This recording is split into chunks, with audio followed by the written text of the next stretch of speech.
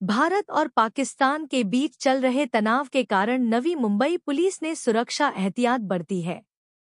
नवी मुंबई, पनवेल और उरण में अगले 15 दिनों के लिए ड्रोन उड़ाने पर प्रतिबंध लगा दिया गया है। नवी मुंबई पुलिस ड्रोन उड़ाने वाले किसी भी व्यक्ति के खिलाफ मामला दर्ज करेगी। नवी मुंबई पुलिस आयुक्त मिलिंद भारंबे जी ने दी पूरी जानकारी।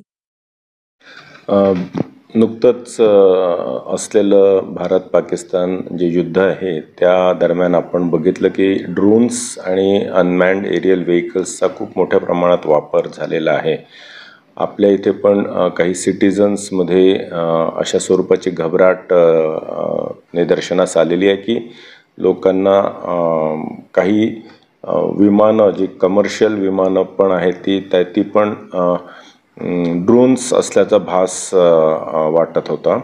तर ह्या पार्श्वभूमीवर आपण नवी मुंबई पोलीस आयुक्तालयाच्या संपूर्ण परिसरामध्ये येत्या 15 दिवस सुरुवातीला ड्रोन्स किंवा UAVsवर संपूर्ण बंदी घातलेली आहे।